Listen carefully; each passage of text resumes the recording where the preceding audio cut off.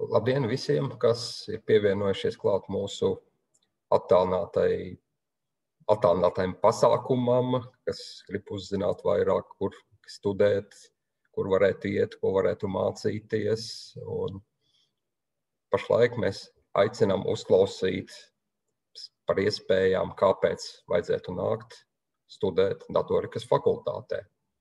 Un es esmu Guntis Arnicāns, datorikas fakultātes dekāns, un es šodien jums pastāstīšu tās svarīgākās lietas. Prezentācijas nosaucu 15 iemesli, kāpēc studēt datorikas fakultātē. Un tie būs kā atbalsta punkti, lai parunātu, padiskutētu, kāpēc ir vērts nākt studēt vispār datoriku un konkrēti mūsu universitātē. Tad sākumā es jums izstāstīšu daudzas būtiskās lietas, ar ko mēs atšķiramies no citiem, kas ir nozīmīgs mūsu fakultātē. Un nobeigumā jums būs iespēja arī klātienē attālināti šajā gadījumā padiskutēt, pajautāt precīzāk, līdz ar to varbūt piefiksējiet tās lietas, kas varbūt nebija pietiekoši labi detalizēti izstāstītas. Varat jautāt arī par citām lietām, kas būs ārpus šiem te 15 iemesliem. Un mums ir faktiski vesela stunda, lai parunātu par studijām. Un sākt man gribētos ar to, ka parunāt, kas ir mūsu studijas. Un viena lieta ir, ka tu pats stāsti un sevi varbūt slavē, tas ir labi, tas ir labi, tas ir labi, bet tomēr nepieciešams arī skats no malas. Un bieži vien tas skats no malas ir precīzāks un kaut kādā ziņā arī dot lielāku pārliecību gan pārējiem, kas nāk izmantot mūsu fakultātes pakalpojumus, gan arī mums pašiem tad ir pārliecība, ka mēs pasniedzam vajadzīgajā līmenī. Un šāds viens apliecinājums, ka mums ir augstas kvalitātes, augsta līmeņa studijas, ka mums ir Eiropā atzīts diploms, ir kvalitātes zīme, saucās Euro-Inf Quality Label. Ja kāds vēlas iegūt vairāk informāciju par šo te organizāciju, pēc šī te nosaukuma var sameklēt. Un būtībā tā ir tādā ziņā kā Eiropas akreditācija. Pat jebkura studiju programma, kas tiek piedāvāta šeit Latvijā, vienalga no kuras universitātes vai kādas citas augstākas mācību iestādes, viņām ir jābūt akreditētām. Un visām noteikti ir jābūt izgājušām akreditāciju šeit Latvijā, bet lielā mērā varētu uzskatīt, ka tā ir lokāla, no pasaules viedokļa lokāla tikai Latvijas akreditācija.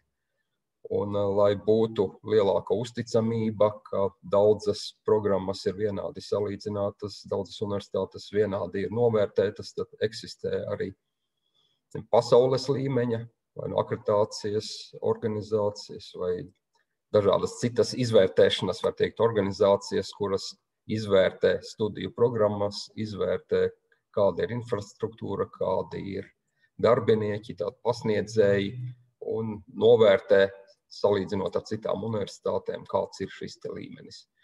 Un tad, lai mums nebūtu tikai lokāla atzīšana, mēs esam gājuši arī uz šo te Eiropas līmeņa kvalitātes zīmi. Mums viņa ir dotajā brīdī līdz 2023. gadam, un šī kvalitātes zīme mums ir jau no 2012. gada. Tātad, kā redzat, jau 9 iespējams pilni gadi mums šī te kvalitātes zīme ir. Uz doto brīdi Latvijas universitāte ir vienīgā Latvijā, kuriem ir šī te kvalitātes zīme, un izvērtētas tika bakalaura studiju programma un maģistratūras studiju programma. Ko vēl varbūt interesanti var pateikt par šo te izvērtēšanu? Tad, kad 12. gadā ieradās šeit starptautiskie eksperti un mūs vērtēja, tad bija tā, ka mēs bijām vispār pirmie šīs te EQANI organizācijas vēsturē, kas ar pirmo piegājienu saņēma pilnu akreditācijas periodu. Es neatceros, tur bija 5 vai 6 gadi.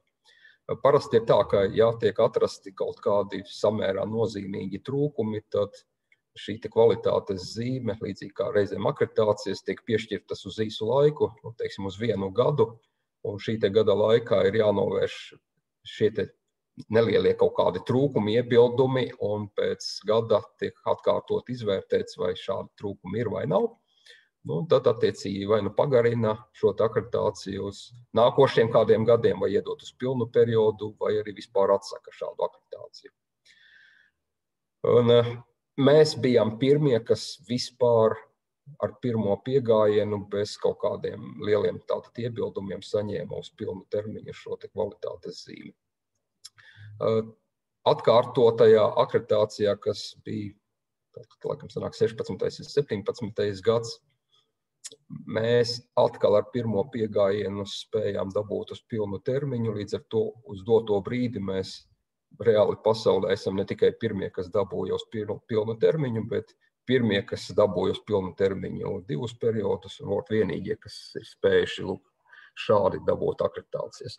Var dažādi diskutēt, ko vērtē, kā vērtē un tam līdzīgi, bet, ja tiek vērtētas ļoti daudzas pasaules universitātes, daudz maz vienādi, tad, nezinu, vai, teiksim, pēkšņi izdomāja, ka Latvijas universitātē mēs mierīgi dosim šo kvalitātes zīmi. Ja tas ir tomēr arī kaut kāds rādītājs novērtējums no malas. Savukārt, viens ir, ka tiek vērtēts pats šis studiju process, kā tas tiek nodrošināts un vai tas ir labs vai nevisai. Tad, protams, ka daudzus interesē reālā industrijā, kāds ir tas gala rezultāts, kas ir tas produkts. Ja? Ir kā nevajadzētu tā runāt, ka cilvēks ir produkts, bet šajā gadījumā mēs sniedzam pakalpojumu un produkts ir nevis tas cilvēks, bet tās zināšanas, prasmes, ko ir ieguvis mūsu absolvents. Un tāda, protams, ka industrija ir ieinteresēta, ka darba tirgu ienāk ļoti izglītoti cilvēki, kas var veidot inovatīvas sistēmas un efektīvi darboties, un nevienam nav noslēpums, ka IT nozarē trūkst darbinieku. Un mums ir arī atzinība no industrijas puses.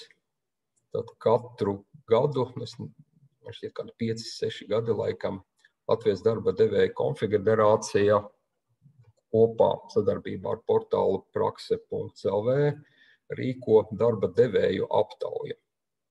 Un viņi jautā, kuras programmas pēc viņu domām ir vairāk nepieciešamas, kuras viņi sagaida labus cilvēkus, kura ir labākā. Ļoti dažādi var, protams, interpretēt šo aptauju, ja, pēc kādiem kritērijiem, kurš tur uzskata labāk vai sliktāk. Ja.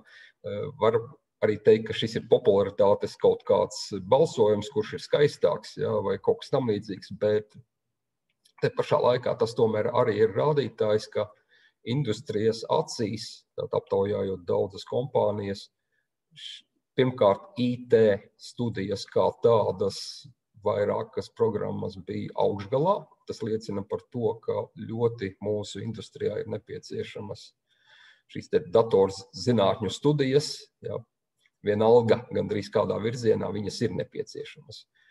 Un otrs, ka starp šīm daudzajiem piedāvājumiem, kas ir Latvijā, līdz šim vismaz mūsu bakalaura studiju programma datorzinātnes ir atzīta kā populārākā, ieteiktākā. Tātad, faktiski ne tikai IT programmu vidū, bet starp visām nozarēm. Teiksim, juristi, ekonomika, vadības zinātnes, medicīna vai bioloģija, ķīme, jebkas vai lauksaimniecība. Tad tur ne tikai IT tika salīdzināts. Mums, kā redzat, ir kopš 17. gada 4 pēdējās aptaujās bija pirmā vieta.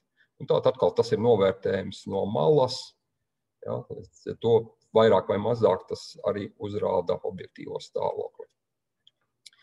Tad nākošais aspekts, kāpēc mēs aicinām nākt pie mums strādāt, mūsu pasniedzēji ir ar augstu kvalifikāciju. Un, te ir minēts ar doktora grādu. Ko tas nozīmē? Var, ka daudziem no malas var neko daudz nenozīmē, tie, kas iekšā varbūt nav bijuši pietiekoši.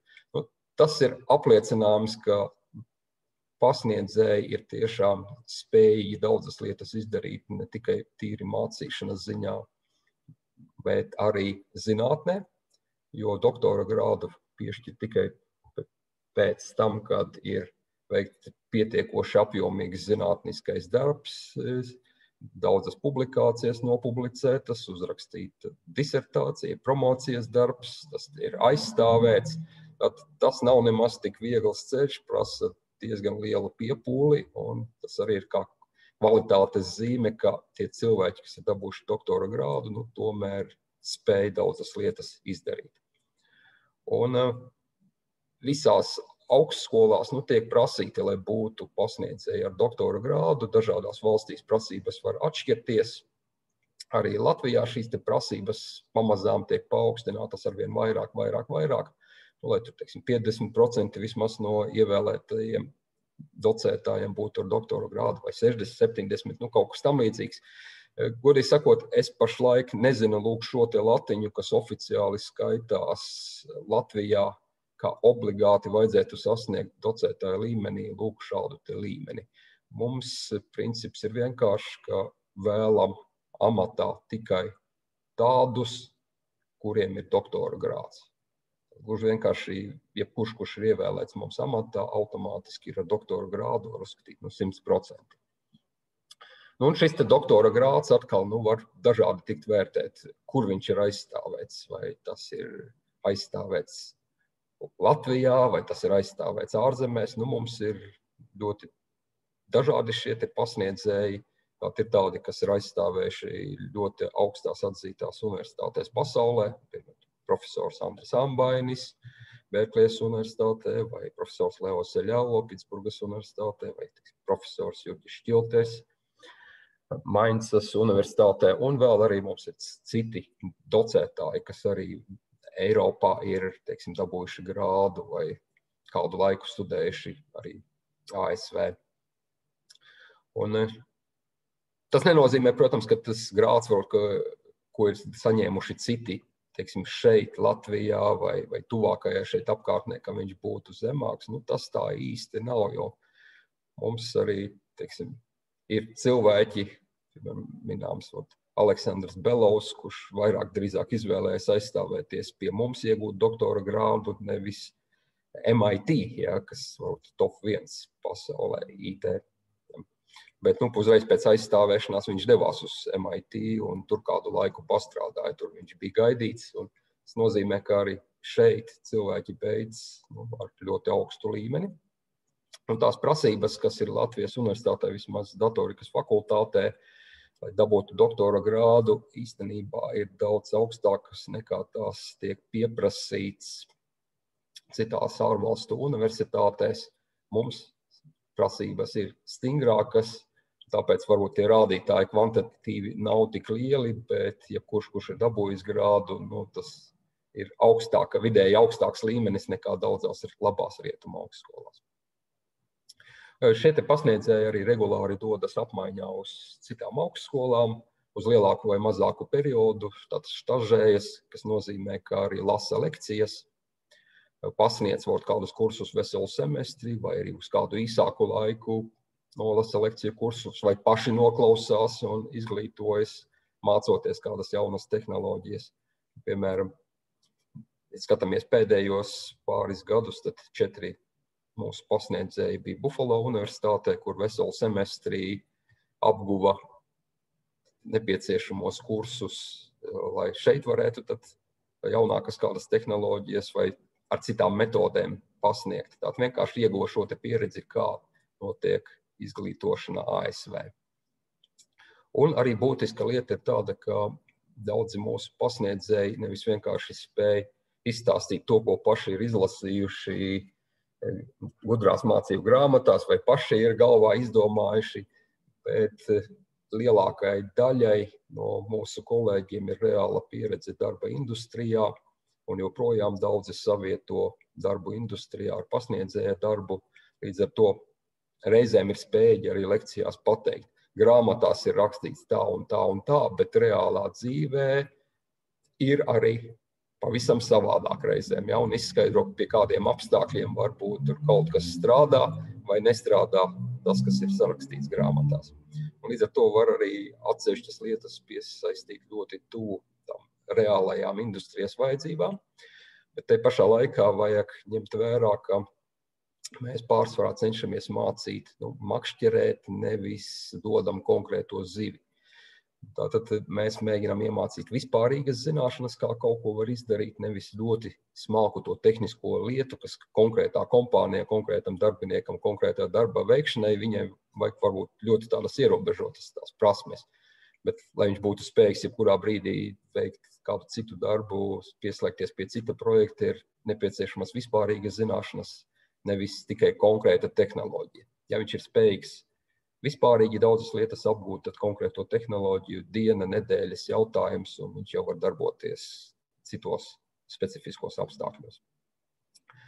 Tā, kad ir iespēja, mēs aicinām arī ārvalstu pasniedzējus pie mums viesoties, un citavot augsta līmeņa speciālistus arī piesaistam pie izglītošanas procesa. Nākošā būtiskā lieta, ar ko mēs varbūt atšķiramies no daudzām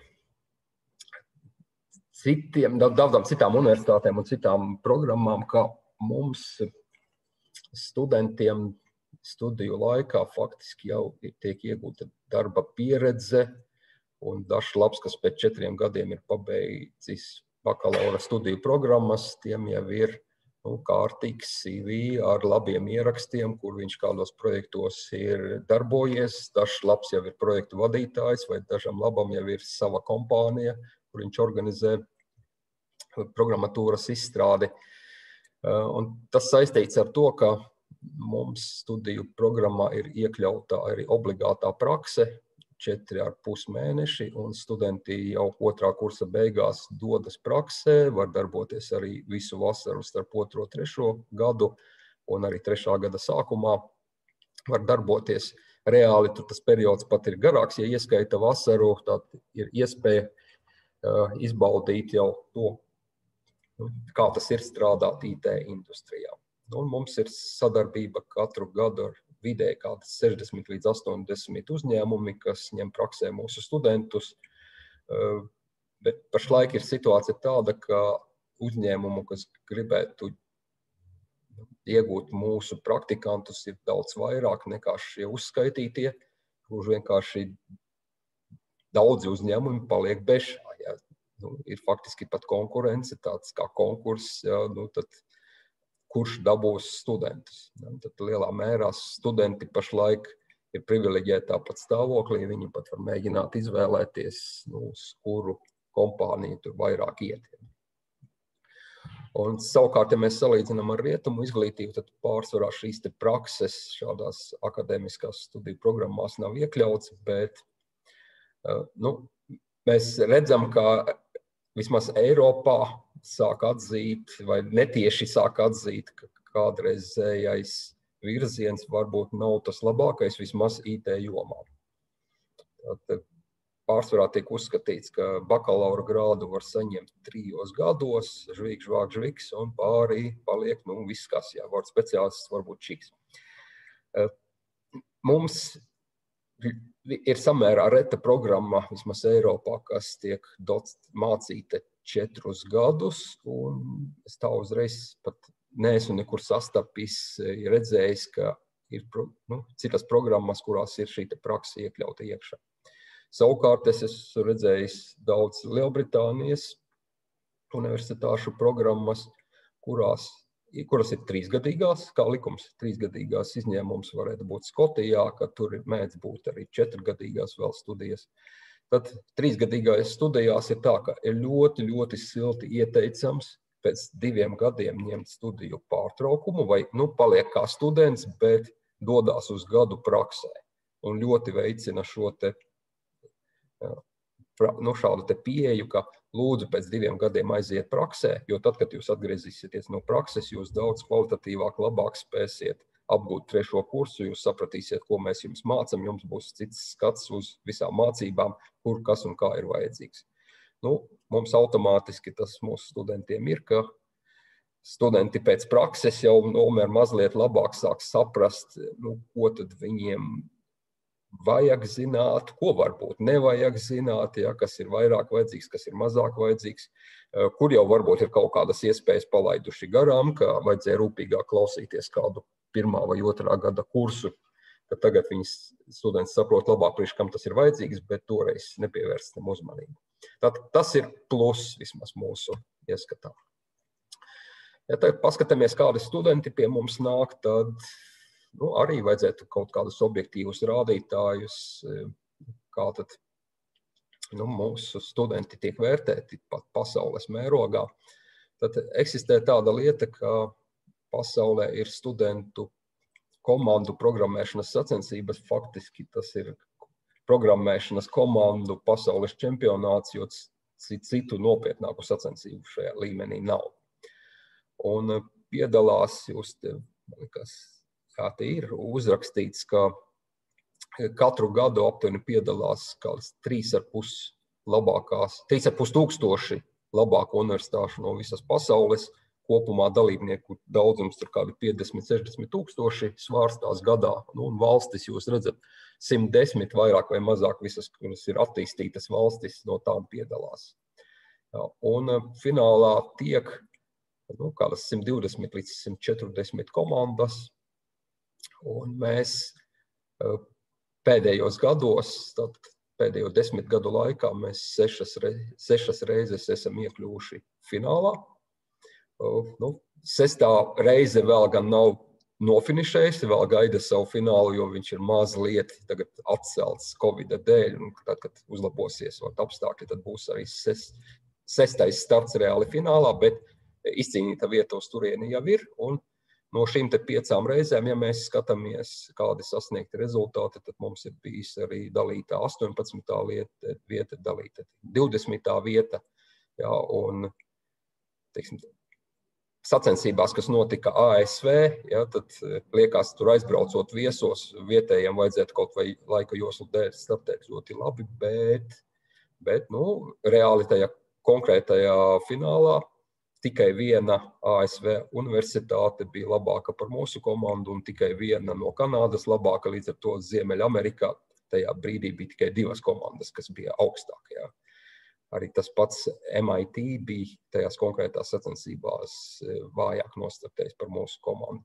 Protams, ka te daudz kas izšķir arī, kā konkrētā dienā kāds jūtas, kādi ir uzdevumi un tam līdzīgi, bet tik un tā, šīs te vietas ir augstas un pat zemākā vieta, laikam, ir bijusi kaut kur ap 50.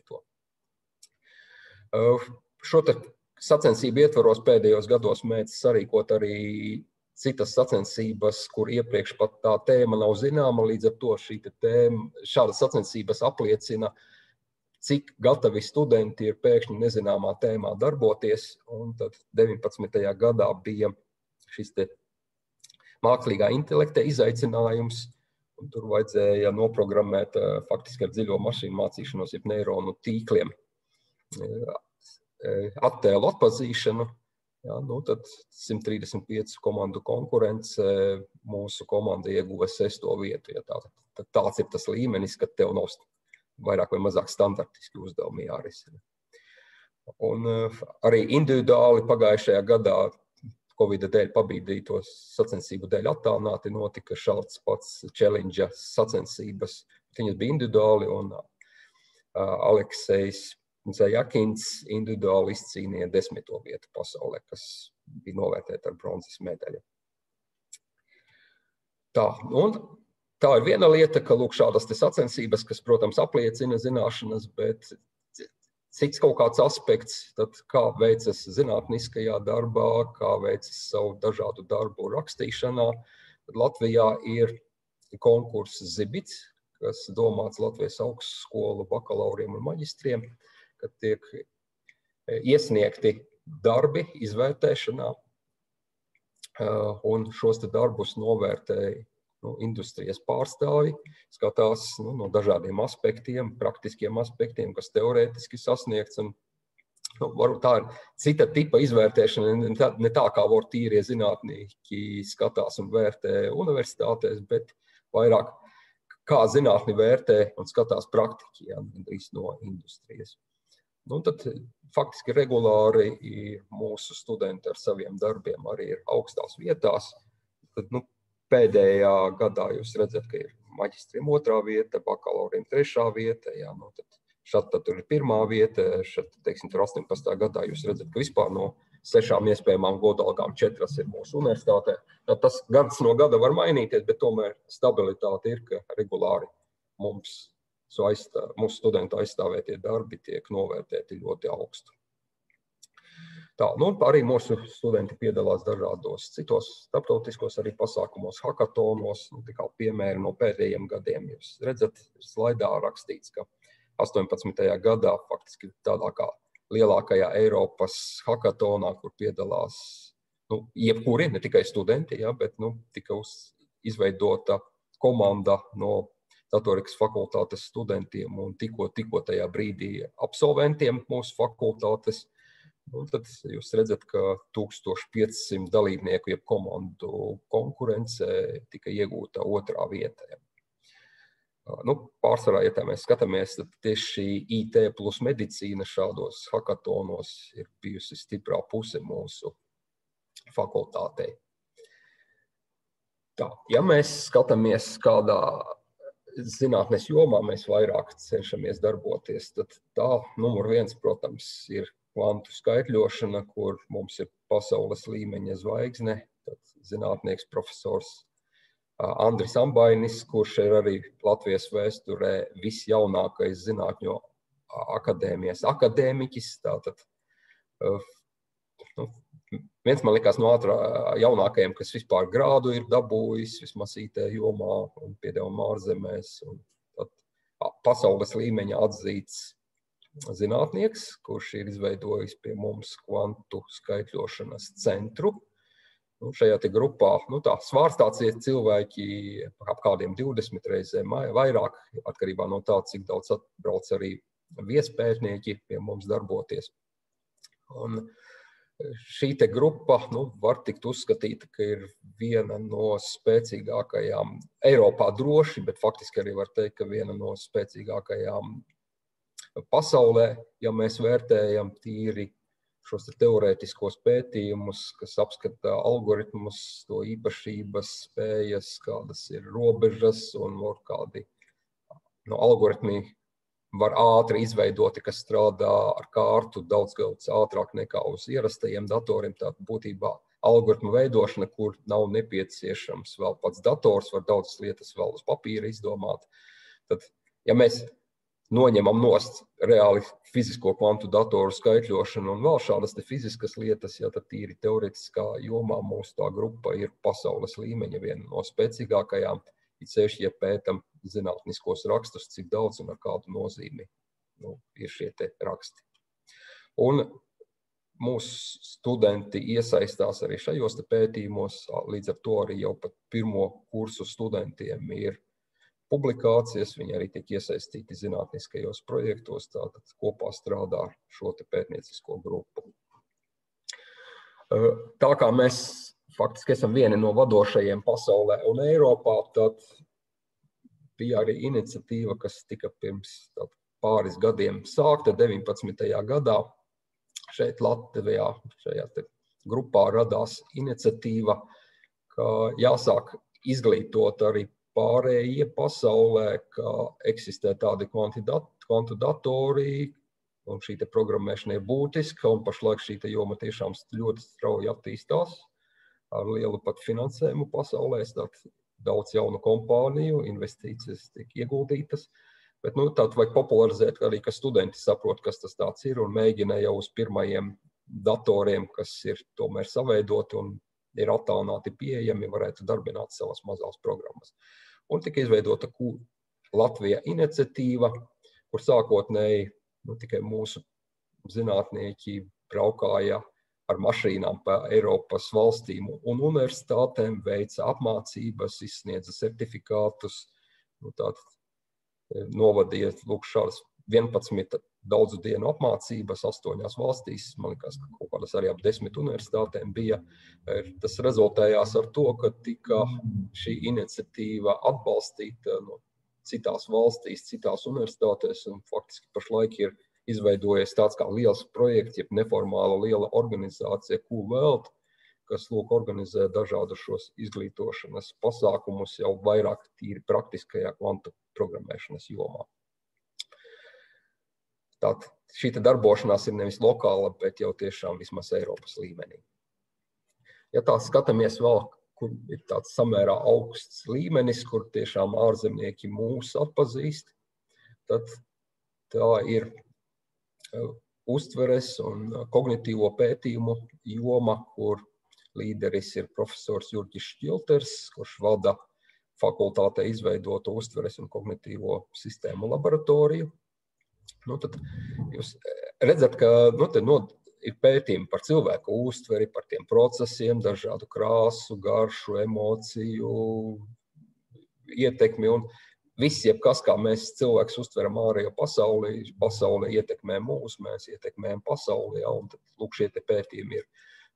Tāda sajūta ir, kāda te saistība ir ar datoriku. Te kāds sauks varbūt, te ir cilvēkus pēta, te varbūt ir psiholoģija, te varbūt vēl kaut kas ir, kur tie ir datori, bet reāli ir tā, ka mūsdienās mākslīgajam intelektam attīstoties, datori arvien sāk tuvināties cilvēkam, arvien vairāk tiek kaut kas kopēts no tā, ko dara cilvēks.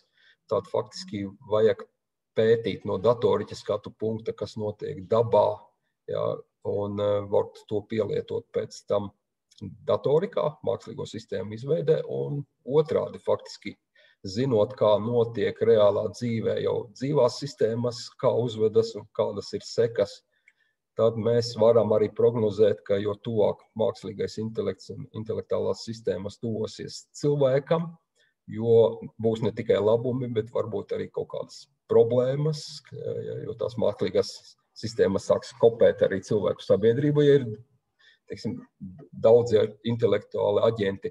Tas viss ir ļoti, ļoti cieši saistīts un faktiski pēdējo gadu tendences rāda, ka šie te pētījumi arvien vairāk un vairāk aizceļo uz IT jomu, kur bāzēs vairāk pie datorzinātnes un, protams, ka iekļauj ļoti, ļoti daudzas citas jomas.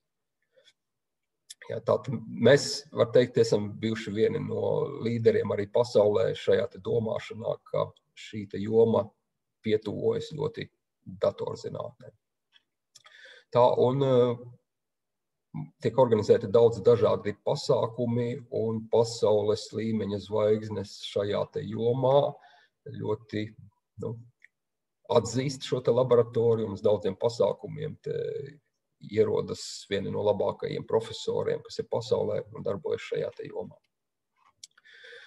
Tā, ja mēs tad virzamies tālāk uz to, ko tad mēs piedāvājam, tad bez klasiskās programmas, kas ir mums tīrās, var teikt tādā ziņā, ko mēs piedāvājam tīri fakultātē un docējam vieni paši, tad ir arī studiju programma, kas tiek realizēta kopā sadarbībā ar Rīgas Tehnisko universitāti un vēl konkrētāk, intensīvāk viena Rīgas Tehniskās universitātes sastāvdaļa, kas oficiāli saucās Rīgas biznesa skola.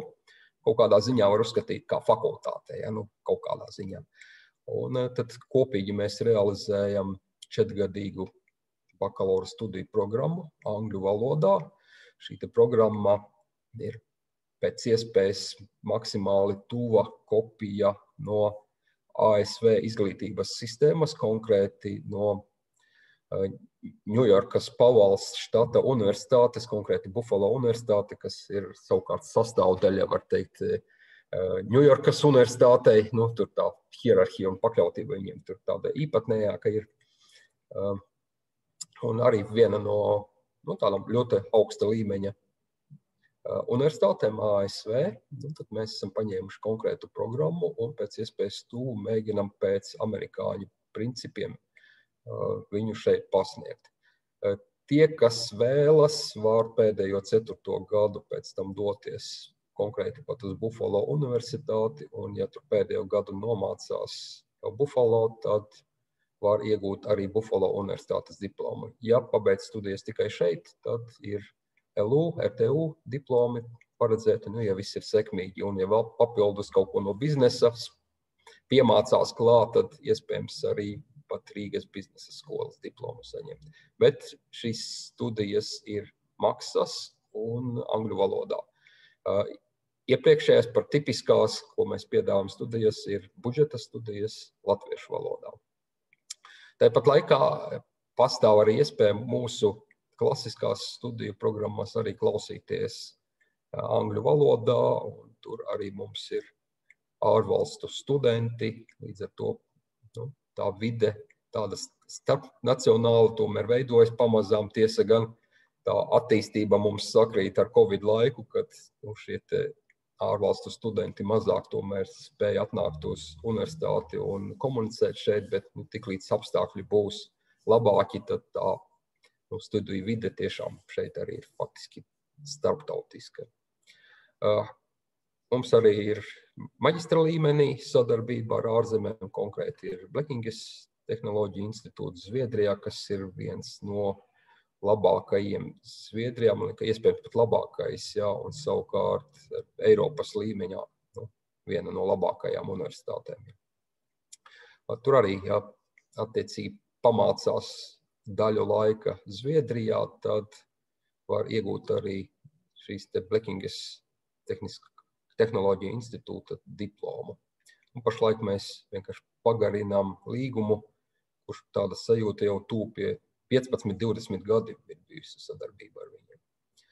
Un ļoti tuvu esam tam, ka iespējams pēc kādas nedēļas mēs jau 2 būsim noslēguši līgumu ar Linkolnas universitāti, tā ir Lielbritānija, konkrēti Anglija, par iespēju arī iegūt dubulto diplomu, tad maksas studijas angļu valodā.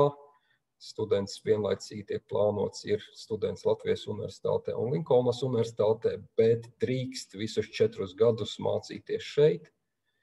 Bet ir šī labuma izmantošana arī no Linkolnas universitātes, tātad viņu pasniedzēji arī piesaistās. 4. gads līdzīgi, kā jau pieminēts, bija par Buffalo variantu, ka 4. gads ir pēc iespējas tuva kopija no tā, kas ir Linkolnā, ar maksimāli arī cik var Linkolnas pasniedzēju iesaistīšanu, viņu vērtēšanas sistēmu un tā, lai pēc tam atbilstoši Lielbritānijas izglītības standartiem arī šis diploms pilnībā atbilst un būtu novērtējums ar konkrētiem skaitļiem, kādas ir jūsu zināšanas. Tad, ja kādu šī opcija interesē, jo oficiāli, protams, vēl nav nekas izsludināts, ja kādu tomēr interesē šīs lietas un grib iegūt papildus informāciju, tad sūtiet mums e-pastus vai kā savādāk atstājiet savas koordinātes, lai mēs faktiski uzreiz pēc līguma noslēgšanas varētu jūs informēt par šīm iespējām daudz detalizētāk. Bet, protams, arī tad pēc kāda laika mūsu mājaslapā arī parādīsies precīzāka informācija. Tā, ja mēs runājam vēl par iespējām, tad gribās pieminēt arī mūsu projektu, ja fiziski varbūt pat laboratoriju, DF Lab. Tās ir fiziski telpas, var teikt, laboratorija, un laboratorijas izveides ideja nāca no studentiem, un līderis šeit ir Emils Sjonģakovs. Un fakultāte atbalstīja šo iniciatīvu, ka tika veidota tāda kā inovatīvo tehnoloģiju laboratorija ar visādām tehnoloģijām, un pēdējā gadā tā noslēdza un specializācijā aiziet, ka ļoti daudz projektu ir saistībā ar veselību, tātad IT plus medicīna, kas jebkurā gadījumā nākotnē IT būs un būs vajadzīga, un no medicīnas ar nekur tālu nespruksim, neviens nav ideāls un nemirstīgs, tā arī mūžīgi vajadzīga joma, un tātad 2 vajadzīgās jomas, ja mēs savietojam kopā, tad te ir pamatīgs lauciņš, kur darboties. Un ar mūsu mecenātu palīdzību no ārpuses, un cik fakultāte arī varēja, tad šīs laboratorijas tika iekārtotas ar dažādām iekārtām, 3D printeriem, lāzergriezējiem, virtuālās realitātes iekārtām, dažādām iegultām sistēmām, dažādiem komplektiem, lai var nākt studenti šeit darboties, attīstīt savus projektus.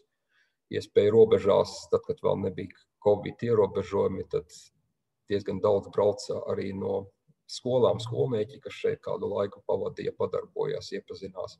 Tātad šādas te iniciatīvas ir, un mēs atbalstam. Tā, un studenti, un, protams, arī pasniedzēji darbojas zinātnes jomā, tātad ne tikai pieminētajā kvantu jomā vai kognitīvajā jomā, bet arī citās dažādās tehnoloģijās. Tātad augsts līmenis ir valodu tehnoloģijas, lielie dati, mākslīgais intelekts, datu kvalitāte, lietu internets, jūs paši redzat, kas tiek pārskaitīts, un tas nav viss.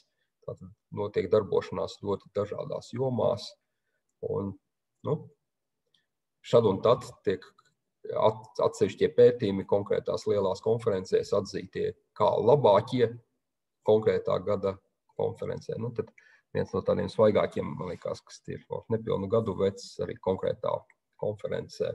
Tad par datu kvalitāti ir labākais raksts, labākais pētījums, tā komisija tika nolēmusi.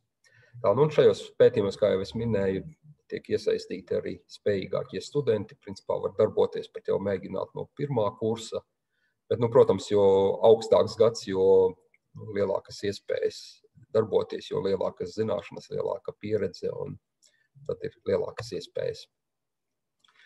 Tā, protams, ka ne jau tikai mēs paši braucam uz konferencēm, bet arī organizējam pasaules nozīmes konferences. Protams, ka tā ir atpazīstamība, ka daudzi cilvēki tad atbrauc uz šejieni, vai arī pēdējā gada laikā attālināti iepazīstās gan ar mūsu universitāti, tiek nodibināti kontakti, tad viņi zina, ka šeit ir arī augsts līmenis, un līdz ar to mūsu zinātnieki arī tiek labi akceptēti, pieņemti šajā pasaules pētījumu vidē. Te ir konkrēti pārskaitīti, šie pēdējo vismaz gadu konferences, pārsvarā tas, kas tie ir pārskaitīts, tas ir pasaules līmeņa, teiksim, vai labākais konkrētajā gadā, kas šajā konkrētajā sfērā pasaulē vispār ir eksistējis, vai top 3, Tad pārsvarā, ja jūs redzēsiet, tad tieši tā kvantu skaitļošana un kognitīvās zinātnes, tās ir tās, kur tiešām mums ir uzticēts rīkot pasaules top konferences. Bet arī citas konferences tiek rīkotas.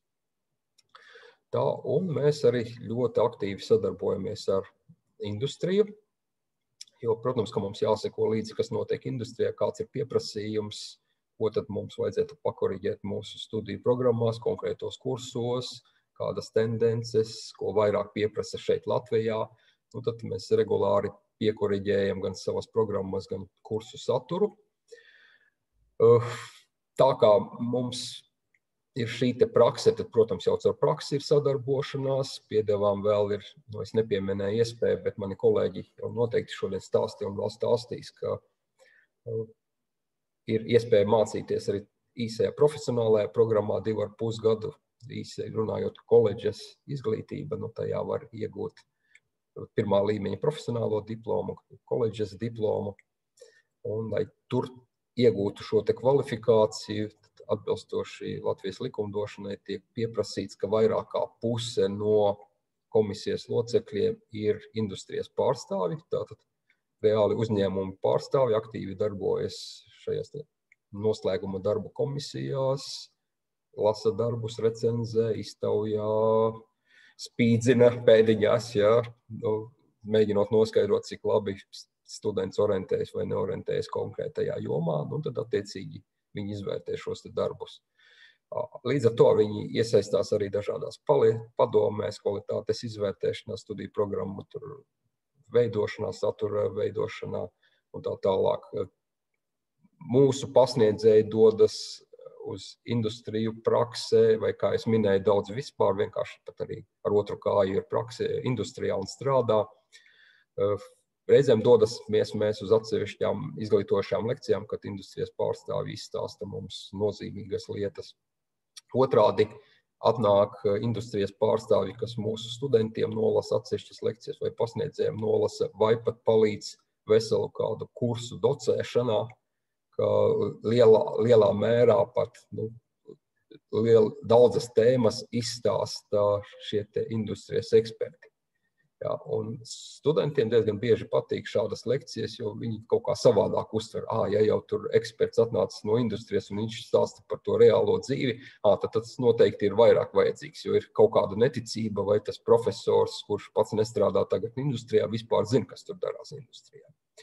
Jā, tātad mums ir ļoti daudz šīs sadarbības ar industriju dažādās jomās, gan mēs dodamies uz turieni, viņi nāk uz šejieni, tad mēs esam ieinteresēti viņu atbalstā un sadarbībā, un otrādi industrijai ļoti vajadzīgi mūsu beidzēji.